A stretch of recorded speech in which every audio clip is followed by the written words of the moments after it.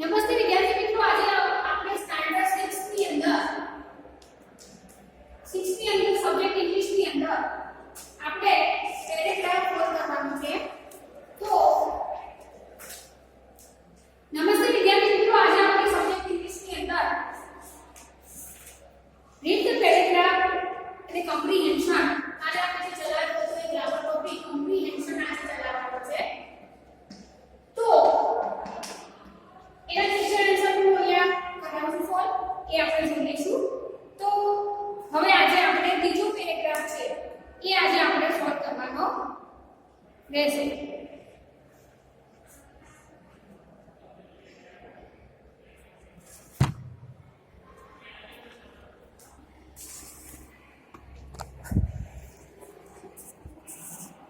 One day, an elephant went to a river for a bath. એક દિવસ એક હાથી એ નહાવા માટે નદી કિનારે ગયો. On the way, રસ્તામાં it saw a fruit shop.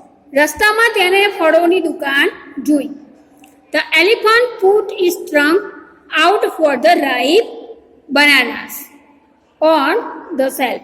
કબાટની ઉપર રાખેલા પાકા કેળા ઉપર તેને પોતાની સૂંઢ મૂકી. The shopkeeper was angry. આ દુકાનદાર ગુસ્સે થઈ ગયો. He hit the elephant with a big stick. આ દુકાનદારે હાથીને મોટી લાકડી વડે હિટ એટલે ફટકાર્યો. The elephant then walked to the river. પછી આ હાથી નદી કિનારે ગયો. આફ્ટર ચાલીને ત્યાં ગયો. After having its bath in the river, એને નદીમાં નાહ્યા પછી the elephant filled its trunk with water. હાથીએ પોતાની સૂંઢ પાણીથી ભરી દીધી. Then it walked back to the fruit shop, અને પછી તે ફળની દુકાને પાછો ફર્યો. He stood in front of the shopkeeper, અને પછી તે આ દુકાનદારની આગળ ઊભો રહ્યો. Raised his trunk and threw water on it. તેને પોતાની રેસ એટલે ઊંચું કરવું. તેને પોતાની સૂંઢ ઊંચી કરી અને આ પાણી આ દુકાનદાર ઉપર ફેંક્યું.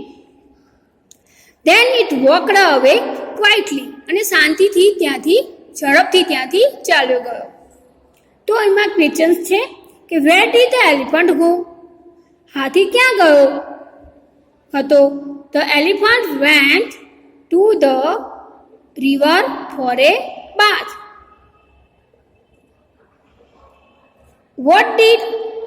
બીજો ક્વેશ્ચન જોઈએ.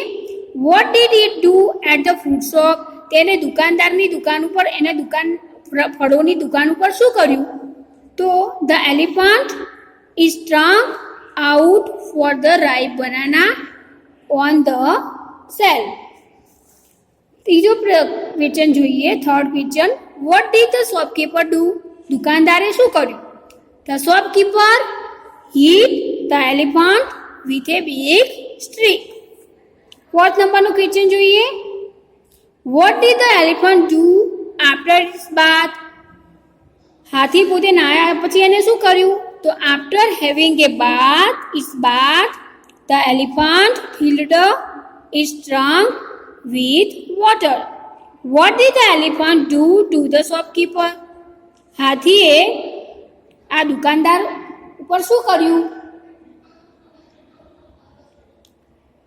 The elephant raised its trunk and threw water on him. તેને પોતાની સૂંઢ ઊંચી કરી અને તેમના ઉપર પાણી નાખ્યું. ફોર્થ નંબર, ચલો. I shoot an arrow into the air. હું હવામાં તીર છોડું છું. It spread to earth. It fell to earth. તે પૃથ્વી પર પડે છે. I know not where. મને ખબર નથી કે કઈ જગ્યાએ. For so swiftly it flew the sight. could not follow its flight. I burst a song into the air. I fell to the earth. I know not where. For who has a sight too keen and strong, then it can follow the flights of a song. આ poem છે. પોએમનું ક્યારે ગુજરાતી હોઈ શકે નહીં, એ ખાસ ધ્યાનમાં રાખવું. What did the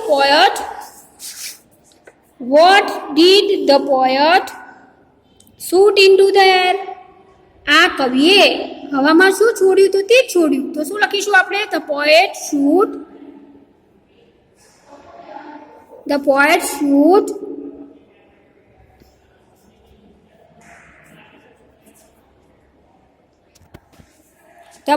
shoot an arrow.